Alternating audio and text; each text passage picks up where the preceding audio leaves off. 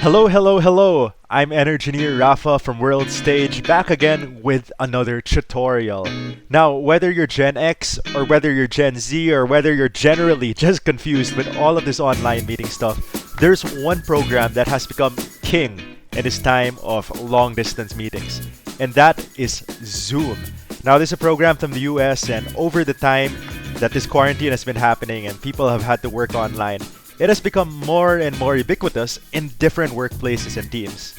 So that means that we have to familiarize ourselves with it. In today's quick tutorial, I'm going to be teaching you the joining side of Zoom as a participant. So you'll learn how to join a Zoom meeting, how to control your settings inside the meeting, and how to interact with others while you're inside. Our next Zoom video, watch out for that, will be more advanced. We're going to be talking more about being the head of the meeting and how to organize it. But we'll get to that later. Now, the first thing you'll want to do if you're in browser or even on mobile is that you're going to want to download the Zoom app. Yes, you can launch Zoom from browser. You can run it on your browser if you don't have the app in, but I recommend the app because it gives you a lot more control. So it's really simple. If you are on a desktop, you can go to this website that I'm showing right now. URL is zoom.us/download. And over here, it'll bring you to the download center. And what you want to do is that you just want to look for this one, Zoom Client for Meetings, and you'll click download. Now, I won't click it now because I already have the app, but once you've run the installer, you should be good to go. What will happen is that now every time you launch a Zoom link, you click on a Zoom link from your browser, it will request permission to turn on the Zoom app, and all you have to do is click yes. You have to allow it to open up the Zoom app, and it will launch automatically and put you into the meeting. Alright, so the first step once you have the Zoom app open, before you even join a meeting, is that you want to check your settings. So if you click this small gear icon over here at the upper right, you can open up a lot of settings, and there are plenty of options here, but I want to zoom into two main ones, which are video and audio. So over here on audio, you can basically set your devices before you go into the call. And there are two components to this. There's the speaker, which controls how you hear things, and the microphone, which controls how other people hear you. Now, what you can do with the speaker is you can click this button to test speaker, and what this will do is it plays this tone. And if you're happy with how it sounds, you can click stop. If you think it's too soft or too loud, you can slide around this button to fix it before you enter the call. Now let's stop that, and I want to show this. You can also change the device through which you hear it. So right now it's set to my USB headset, but you can also set it, for example, so it plays off the laptop speakers that are built in. So just make sure it's set to the correct thing before you join the call. Another option you can do is that you can test your microphone. So again, you can choose which microphone device, how people will be hearing you. Right now I have it set to my headset again, but you can also set it to the built-in one on your computer or any other external device. Now, what you can do here is you click test mic, and what it'll do, it'll allow you to speak and play back the audio to yourself. So let's test that out now. Hello, this is a test. Am I coming across loud and clear? Hello, this is a test. Am I coming across loud and clear? Wow, that guy has a beautiful voice. But all jokes aside, what just happened is that it played the audio of me talking back to me, so I could hear how other people will hear me when I'm in the call. If you're happy with how you sounded over there, then you don't need to make any further adjustments, but if you're not, then you can very easily just change the volume around or maybe change the device. Now, there's one useful checkbox over here that I want to really highlight, and it's this one. Mute my microphone when joining a meeting, and actually also this, automatically join audio by computer when joining a meeting. So the one on top means that you'll automatically be able to hear people when joining a meeting. So I like to check this. Why not? I want to hear what's happening. But this one, I'd like to check this also, mute my microphone. Why is this? Sometimes it's up to the host when to let you into the Zoom meeting, and sometimes you'll get let in and you're off your guard or you're not prepared. So just to be safe, it's good to have it on mute so that it doesn't pick up any unwanted background noise when you join the meeting and it doesn't distract anybody. You can easily turn it on once you're in call, which I'll show you to do in just a bit. So it's good to keep it on mute, then just control it so you have full control over how you're seen and how you're heard. Now let's go to video, and it actually is very, very similar. So right now you can see that you can select the camera. Now I only have the webcam for my laptop, the built-in webcam, as a choice. But if other devices are connected to your laptop, like you have an external webcam, you can also select that as the source. Now there are a number of other buttons over here, not as important, but just showing you can enable HD to make your video look very crisp, but this might cause some lag. So if you don't really care about how HD you look, you don't need to click that. You can mirror your video. This is useful, for example, if let's say you have some text which you want to show on screen, or rather not on screen, let's say behind you in the video, and you want to make sure it comes out the right way, you can click mirror my video, and you can also touch up your appearance, which is not super important, but it just makes you look a little bit cleaner. Now, here are some more important options. Similar to the audio, I would suggest clicking this one, activating turn off my video when joining meeting, for the same reason, just so you're in full control. And I'd also like to click this, display participant names on their video. This is useful if you're meeting new people and you just want to make sure that you don't get the names wrong. Now, you have some other options here. You can hide non-video participants. I usually like to check this. What this will do is that if you're on Zoom and you're not sharing your, let's say, your video, and you talk, or you're in the call, what will show is that it's going to be a gray box with your name on it. And that's okay, but it takes up some space on the screen. So if you want to see everyone who has their camera on, and you will still hear the people who have it off, you're just going to hear them and not see that box, you can click hide non-video participants. So okay, those are the basic settings we have to know. There's a lot of stuff over here, but I think audio and video are the first things. Feel free to experiment, and in future videos we're actually going to go into these other settings, but let's stick to the basics for now so we don't get overloaded. So if we close this, we are now ready to join a meeting. So if you click join over here, what it will prompt you is to put in a meeting ID or personal nickname, and the person who's inviting you to the meeting should send you that. So you either have a name or you have a string of numbers. You have a code which you have to input here to join the meeting. Alternately, you can just click a link like I said earlier, and as long as you have it downloaded on your mobile or browser, it should automatically give you a prompt to open the app, and you just have to click join. Now, an interesting feature here is that you can actually change your name before entering a meeting, and this is useful if, let's say, you're going to an inter-department meeting and you need to know, people need to know where you're from. So for example, I go to Rafa from the finance department, or in the case of, let's say, our team buildings, we usually ask our participants to put their team name. So let's say Rafa from Team Blue. Just set it to something that will let people know who you are and communicate it very quickly.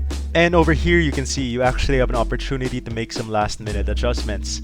So you can again turn off the video. If you didn't fix this in settings, this is a good time to set it to turn off my video when joining the call.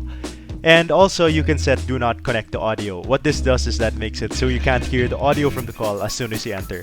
And this might be useful, for example, if let's say you're at home and you're playing on an external speaker and you don't want to surprise anyone when the noise from your meeting suddenly comes on. So you can turn off that.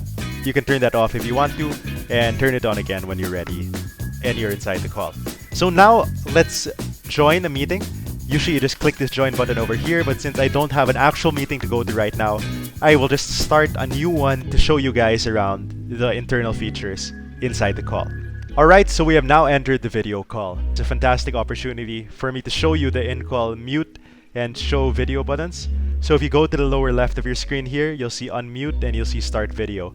So if I click start video, there we go, you can now see me, and everyone else in the call should be able to see me. And you can hear me now, but the other people can't. So if I click on mute over here, bang, they can suddenly hear this crisp voice. Now, I want to show you something. Earlier I said that you could adjust your devices in the settings, but you can also do it in call. So if you click this over here, you see the small arrow next to stop video and mute. Over here, you actually have some video settings. So you can select the camera by clicking these two over here. It should give you a full selection of the cameras you have available. And ooh, what's this? You can also select a virtual background. So if you want to have a little fun, or let's say you want to show a logo behind you, you want to show a video, this quick way you can do it even as a participant. So if you click choose virtual background, it gives you a selection. It'll give you a selection of virtual backgrounds. You can apply, there's some pre-made ones. For example, I can add this bridge behind me, I can add some grass, or you can upload your own. So over here, if I click this plus button over here, add image or video, I can add an image or video from my computer that I want to use. Let's use this happy birthday for now. Let's pretend it's someone's birthday and we're here to surprise them. So if I click this, now on call, they should see the happy birthday behind me. Happy birthday!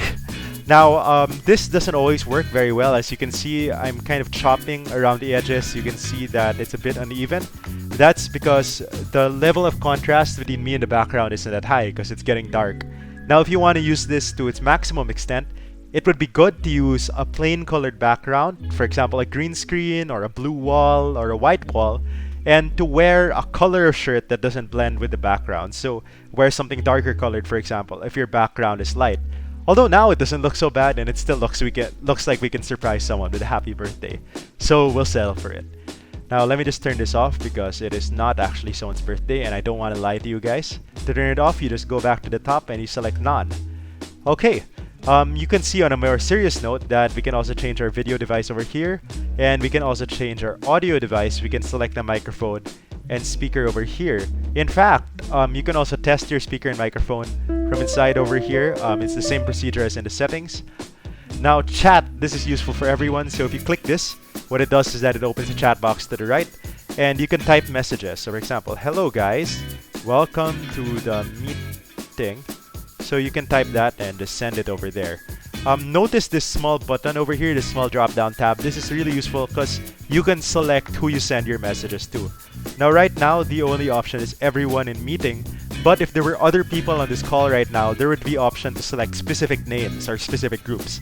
So that means that you can select that and send a message to somebody in the call directly without bothering everyone else. For example, if your boss is presenting in the meeting and you can't hear their audio, but you don't want to shout it out in front of everyone, you could click this drop-down menu, select their name, send them a message, hey, we can't hear you. Also, happy birthday.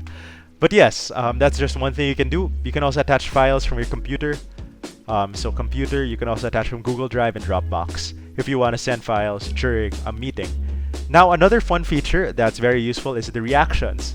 So even if you, let's say you're on mute, and it's always good practice to be on mute when someone else is talking so you don't distract them, you can still show them how you feel.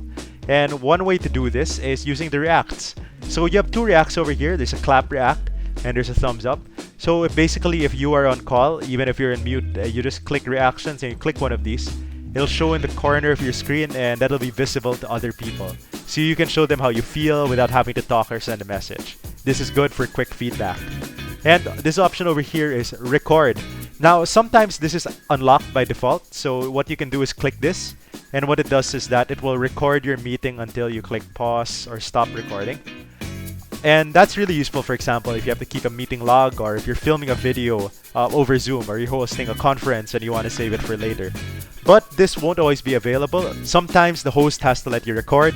So if you need to record but the option isn't there, usually it's good to just send a message to the host and ask them if they'll give you permission.